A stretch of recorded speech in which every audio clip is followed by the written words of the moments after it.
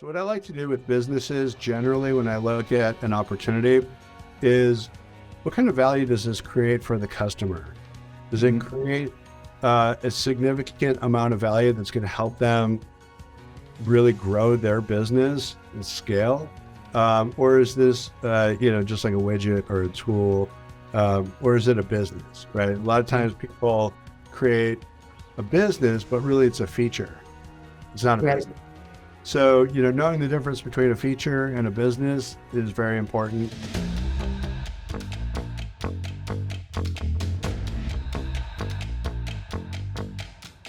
Welcome to the WriteForMe podcast. I am your host, David Mancella.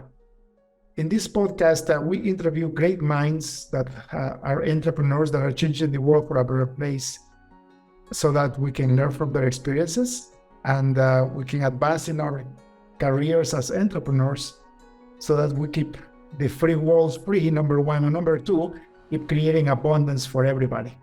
Today we'll have with us Andy. Andy, welcome to the show. Thank you, David. Pleasure to be here. Beautiful. Andy, can you please tell us your full name? Where do you live and what do you do for a living? Sure. My name is Andy Steuer. I'm the CEO of a company called WriteForMe, WriteForMe.io. And what we do at WriteForMe is we help our clients tell their company story. We create content for them, create blog content for them, and then we help them create and build their own podcasts as well, so that they can tell their story and communicate the value that they bring to their clients. And we help them grow through that process. That's fantastic. Now, it seems that you have been doing great work for many years. And what prompted you to create this new business, WriteForMe? How long have you been in this business?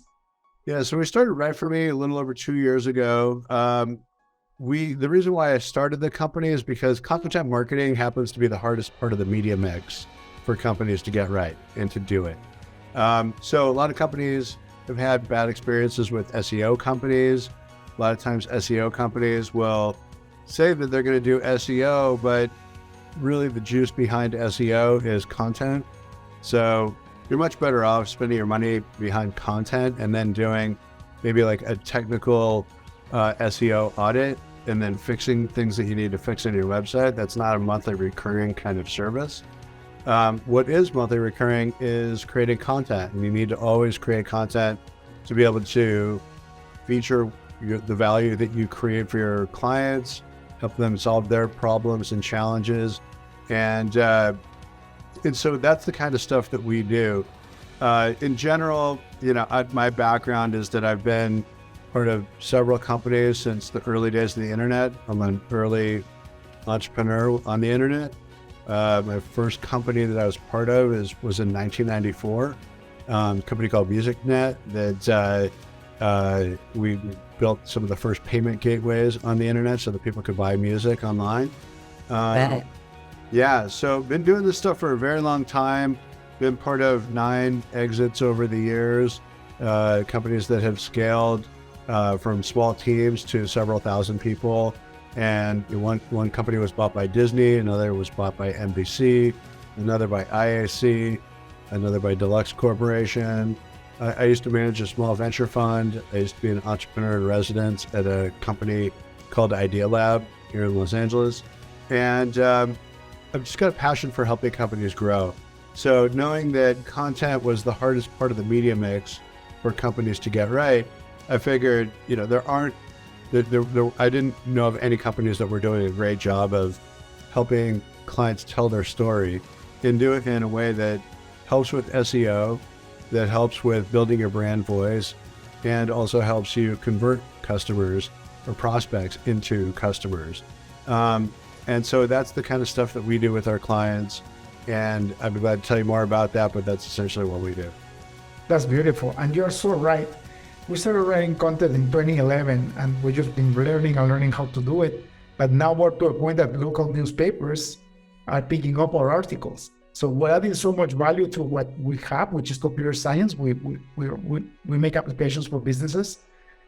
So that now we're featuring those, in different newspapers, and it just creates so much value that when we actually get a lead, the sale process is a lot faster because we are subject matter experts validated by social media and by the internet.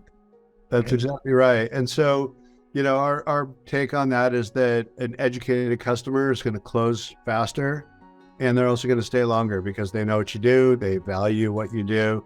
Yeah. And so our objective is to help our clients educate their customers through the content that we build for them. That's fantastic. Let's go back in time though, Andy. Like being an entrepreneur on the internet for such a long time is fabulous. Like in 1994, I actually opened my first computer, my first laptop, and we had a 24K baud modem, and I downloaded the first web crawler. It wasn't a browser, and I could only find about 20 websites, and all of a sudden it just exponentially exploded into everything all the way up to Netscape, and I saw the revolution. But I was still in computer science school. So let's go back to your high school, your last year in high school. What were you thinking? What was the decision that you made after you graduated high school? So when I graduated high school, it's a very different person. I simply wanted to get into college and start learning. I always felt that my high school classes really were scratched the surface on things that I was interested in, and I wanted to do a deeper dive on these things. So when I got into college, I went to school at San Diego State University and moved from Los Angeles to San Diego. And during that time, several things happened when I was in college. One is I've always been an entrepreneur, always been, looking at new business opportunities ever since I was a kid. I used to mow lawns for our neighbors and stuff like that to earn Wonderful. These kind of things, right? So then, fast forward, one of the things I discovered on campus was that there were monkeys on campus. And I had to find out what that was all about, because how cool would that be to work with monkeys while you're in college? And so I asked around, I asked several people, and finally found the professor that was in charge of that. And essentially what it was is a psychology program teaching monkeys language. And the idea, the premise of the work was, is language innate in primates, old world primates? And so what we did is we proved that yes, it is. We taught these two monkeys language, and basic language, but we proved that it is innate in people and in primates.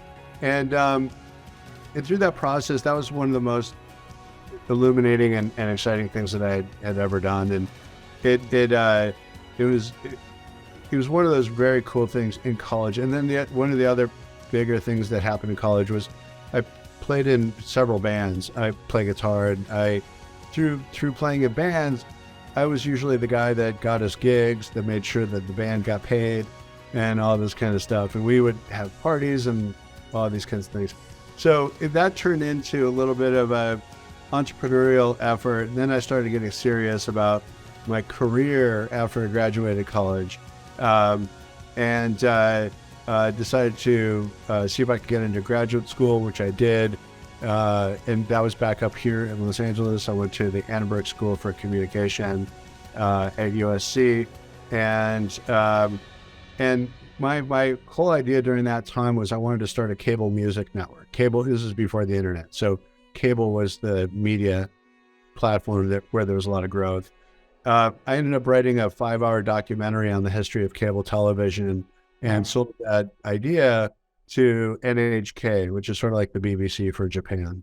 And we got it funded, and it was a 5-hour documentary on the history of cable television that we got produced. I produced it.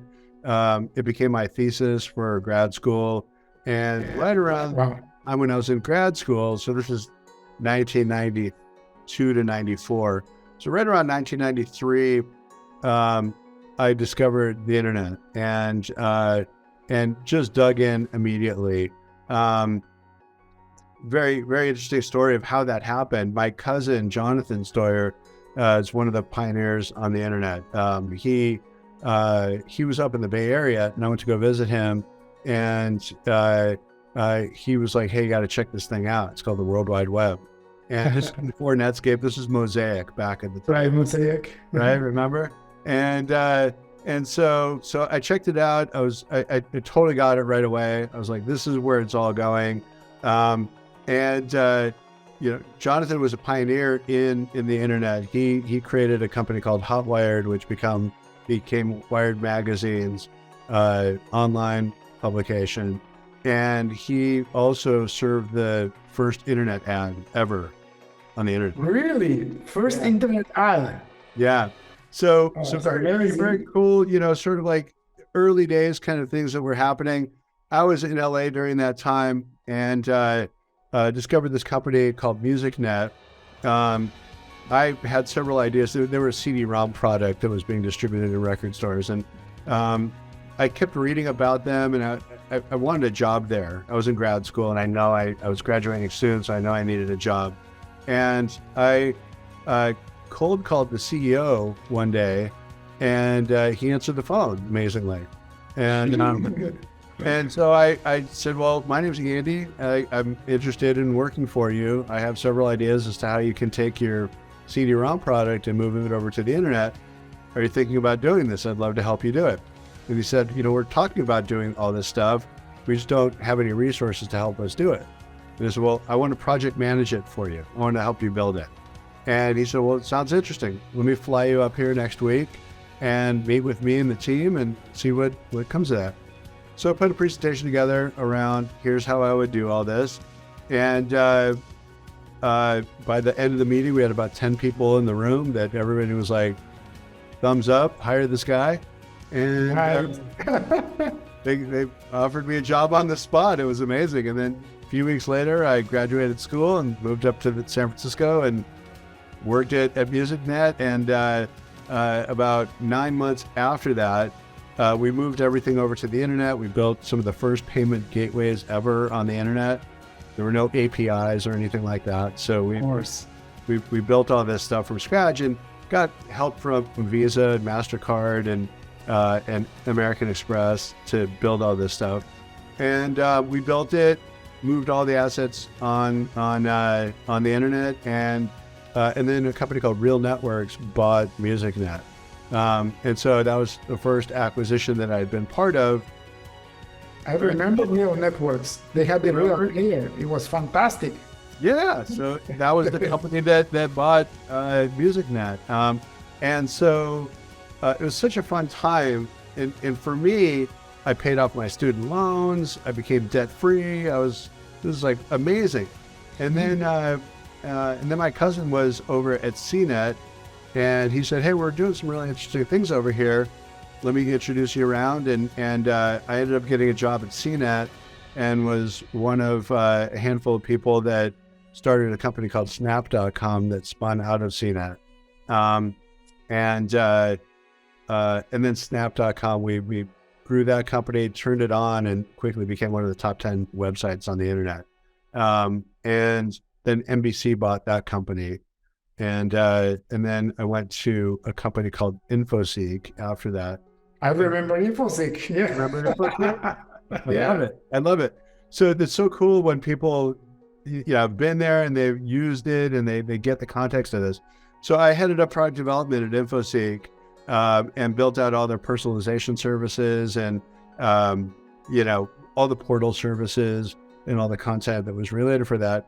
I led the process for integrating all these third-party feeds into InfoSeek, and then InfoSeek was acquired by Disney, and there's about 20 of us or so that were part of a leadership team that created Go Network, which became Disney's, pulling all of the Disney assets into one umbrella called Go Network.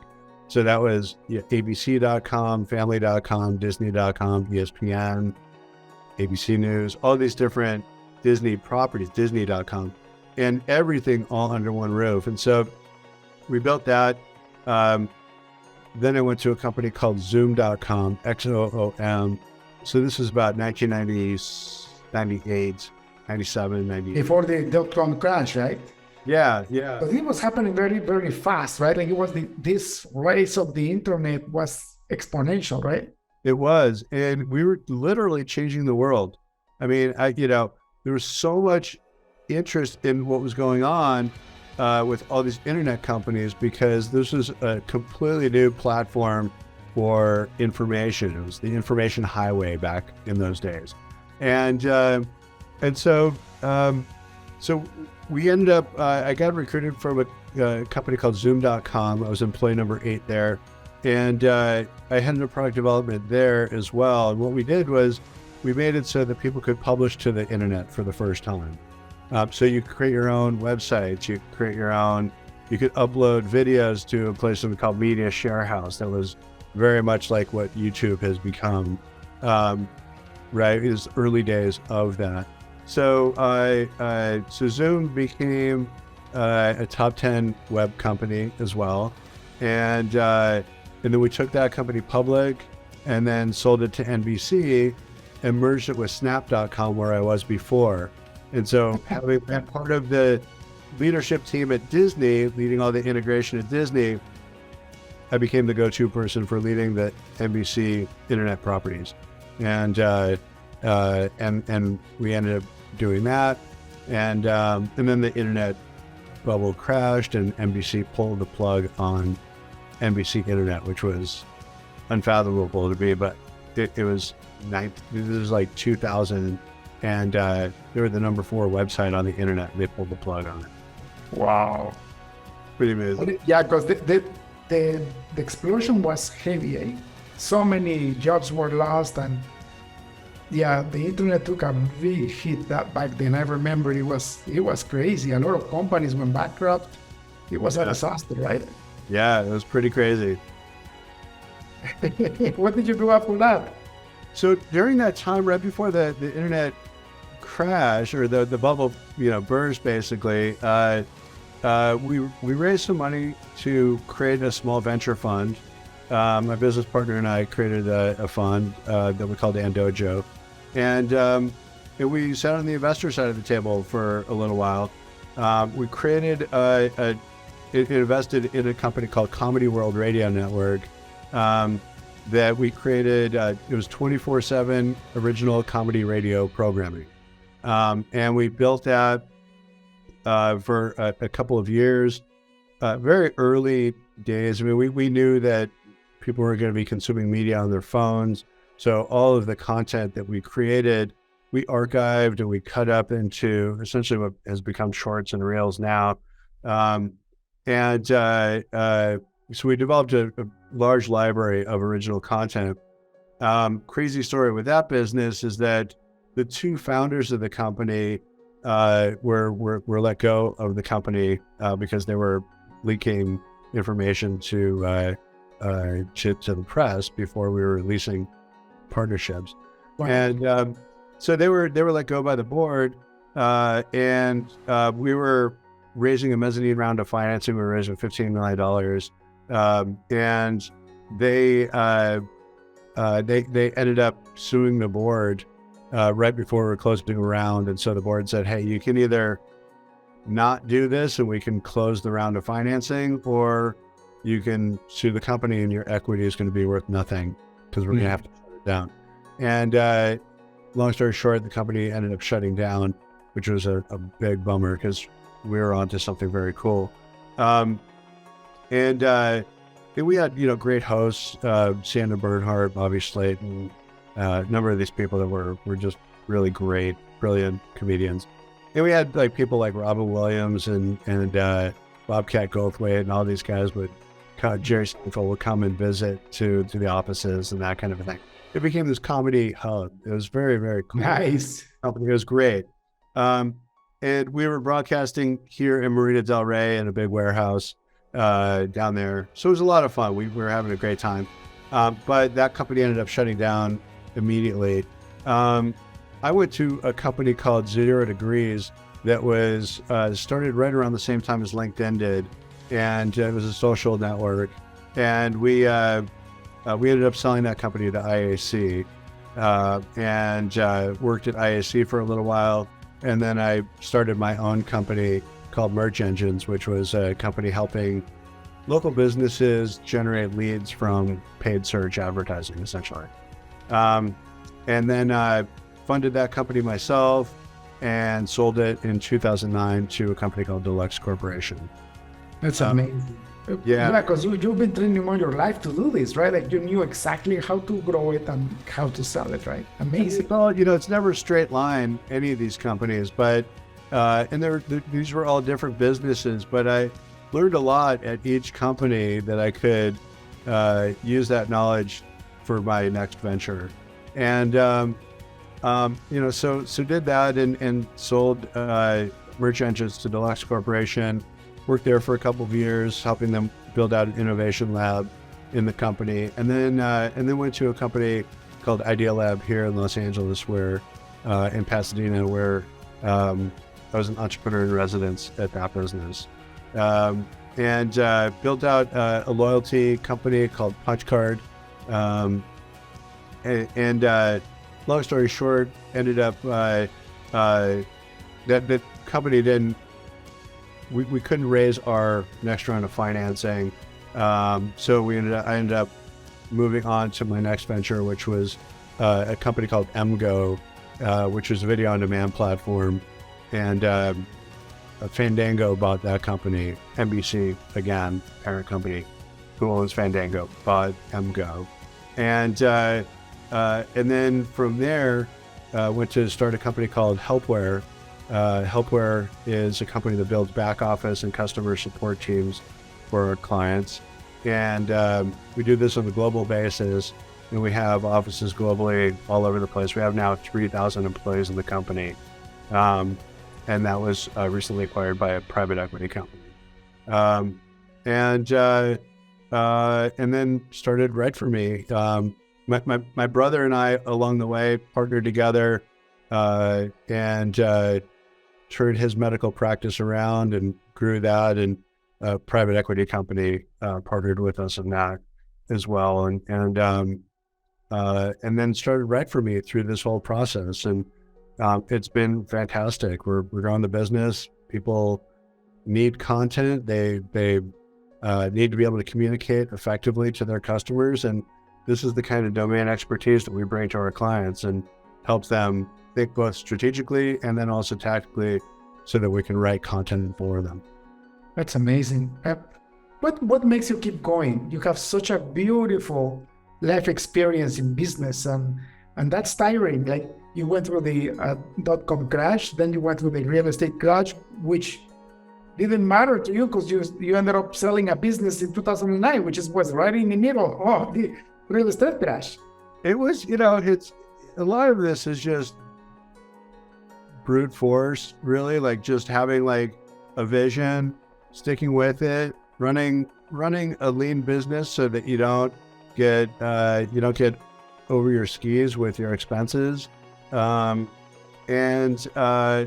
also there's product market fit. You can't underestimate that. You have to have product market fit to be able to know that what you're selling is of value, that people need it, they want it. So what I like to do with businesses generally when I look at an opportunity is, what kind of value does this create for the customer? Does it create a significant amount of value that's going to help them really grow their business and scale? Or is this just like a widget or a tool, or is it a business, right? A lot of times people create a business, but really it's a feature. It's not a business. So, knowing the difference between a feature and a business is very important. And then also being able to test it early on without building out a whole bunch of stuff, and just seeing if, just do a couple of laps, even if it's manual, let them know, hey, we're early. We'd love for you to be an early customer. As part of being an early customer, you'll get a lot of attention from us because we're creating new processes here. And if you're transparent with people about that stuff, they'll give you good feedback that will help you improve your product, and they'll appreciate the value that you're creating for them. And it becomes a partnership with your customers. Yeah. If you try to fake it, with your customers, they can tell, and it's just disingenuous. So So we prefer to be, straight up. We've been, now we're way far beyond those early stages. When I say that we started the company 2.5 years ago, that's when we really started going to market. We started the company probably about a year before then, just doing various pilots to see if this would be a real business and if it could scale. And we ended up getting it to a point where it could, and we got our processes together and the right team and the right infrastructure that we built during that time. So that really helped us scale the business so that we could go sell a real solution and know that we could service it in confidence. You touched a great point. I run a software consulting firm. We make applications to grow my clients' profits. And the first thing we always do, if it's a brand new product, we create something that is called the MVP, the minimum viable product. And it's the same analogy. You want to go to the market as fast as possible with the core of what you're trying to solve to see if there is a product market fit. And if it's not, how can you pivot to make it a fit? And if it doesn't work, then you stop it right there instead of wasting all the investment money in one shot, right? Exactly. So, that's kind of the point. And I'm a big believer in, even if it's a clunky kind of process up front, prove it out. Get the data early in your process so that you can prove that customers like it, they want it, they need it, it's going to add value to them. A lot of times, people go to market with a solution that they think this is what everybody needs, but it ends up not being what anybody needs, and then they spend a lot of money getting there, and it just isn't not what people need. Or even seeing if people are willing to pay what it costs for it to be successful, right? You could have something beautiful, but if nobody wants to pay for it, it's still a failure. So if it's building software, I'm a believer in start with mock-ups and then go build out your buyer persona. Here's who my customers are going to be. And then have them use the product in front of you and have them give you your thoughts so that they can become, kind of like a focus group for you. And then you can validate your assumptions that way so that, a lot of people fall in love with their ideas and they think this is the best thing, but but they don't test it. And so you've got to be able to test your products. And that's how more than 80% of new startups go bankrupt, because they don't test their ideas and they don't do it early enough and they don't deliver to market early enough. They don't fail forward fast enough, right? That's right. Yeah. So failing fast is very important, and it's not a bad thing. It's actually, it helps you find that product market fit very quickly. It's the way to success. Small iterational failures that brings you closer to the right thing, to the thing that adds value, right? Yep, that's right. Andy, what has been one of the worst problems you ever had in your business life, and how do you overcome it? That's a great question. I think, so as you grow a business and you become bigger and bigger, churn, becomes the cliff on churn can become high, right? So, for example, if you're growing a business and let's say a small percentage of your clients can churn out, the more clients that you end up having down the road, the bigger the churn can be, and managing the churn and the effects of that can be very challenging. So, I've had some situations where, to no fault of our own, the market changed, clients needed to pull back their budget or what have you.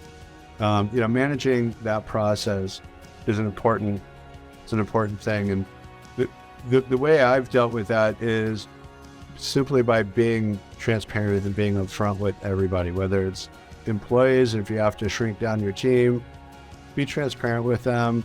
If you have partners that are relying on you, be transparent with them through that process. I'm a big believer in letting people know, the more your partners and other people know about the situation, the more they'll sit on the same side of the table with you and help you out. And just, working through the really the ebbs, the flowing period when the market's flowing and things are going great, that's a beautiful time. But, should the market change, you got to be able to roll with the punches, and having a playbook to be able to do that is really important. And a lot of people don't recover from the punches, right? It's beautiful when everything goes right, but when things start going wrong, that's when you see the real entrepreneurs from the ones that are not. That's true. And so having a playbook for that, I think, is important. And a playbook meaning, should X, Y, and Z happen, this is how we would react to it. Mm-hmm. And knowing that up front is good management. It's a good way to be able to weather any kind of storm. My father, before he passed away, he had 7 different businesses. And the one advice he gave me was this, and that's why I'm still in business after 17 years. He says, prepare for the worst and hope for the best. That's right. That's exactly right. That's very much in alignment. I love that phrase, by the way. And that's what I'm talking about, plan for the worst, right? And so just knowing, should something go wrong, here's what the play would be to secure that in that moment. And then you have a plan. So just like same thing if, hopefully anybody who's listening to this has a fire extinguisher, if there's a fire in their house or whatever, but you got to know what the plan is. Where are those things so that you can quickly take care of it when you need to. And anxiety comes from not having that playbook that you say, because people just go all optimistic. They think everything is gonna be right, and then things starts to go fine, and you start creating cash flow, and you start growing, and you're investing more, and you never looked at the downside, and you never even focus on that, and all of a sudden things starts to get a little bit worse. And you don't have a plan, and you don't know what to do, and anxiety kicks in. And once anxiety kicks in and you don't know how to get rid of that, that's your failure, your ultimate failure. But if you have this plan and it's already formulated, if this happens, we'll do this. That happens, we'll do that. And then never focus on that if you don't want to, or if you need to. But have the backup plan already in place so that you don't have to deal with the anxiety of the unknown, because you know what you have to do. Yeah, exactly. So that would be my advice to any entrepreneur, is just know what your downside plan is. That's fantastic. Andy, I don't want to take too much of your time. We could be spending the whole afternoon talking about business with your amazing experience. One last question before we end the podcast. If you had access to a billboard in front of the busiest highway on earth, which is probably LA, what would you write on it? What would I write on it? It's a very good question. I don't know what I would write on it. I'd have to take a little bit of time to imagine what that would be. I would say I would want that to be something that helps other people learn more about what it is that they're passionate about, right? So maybe it would, and I don't have a business that does this, but teach a man to fish kind of concept, where you help people kind of sort through, based on your goals and your interests and what do you like to do and what's natural for you, how do you quickly get to where there are job opportunities and professional opportunities for yourself within that. And I don't know how that distills down into a billboard, but to me that seems like if it was the biggest billboard in the world, it would either be that, or it would be promoting any one of the companies that I'm part of. Fabulous. And if people like to hire your services for your latest company, what can they find you? They can find me at, you can email me at andy@writeforme.io, WRITEFORME.io, or you can go to our website, writeforme.io. And if you do go to our website, I'd love to interview you for our own podcast. We call it Business Ninjas. And please check out Business Ninjas as well. It's on the website. and sign up, and we'll be glad to interview you as well. Fantastic. Andy, thank you so much for your time, for your wisdom. Please keep making this world a better place, and have a beautiful rest of the week. You too, David. This has been a pleasure. Thank you so much. Appreciate it. Blessings. Cheers. That's all for today's episode of the Break Free Podcast. Head on over to iTunes and subscribe to the show. Starting your own business can be tough, but it doesn't have to be. Visit davidmansilla.com to pick up a copy of the #1 international best-selling book, Breaking Out of Corporate Jail. Expand what you consider to be possible and reach your full potential. And join us on the next episode.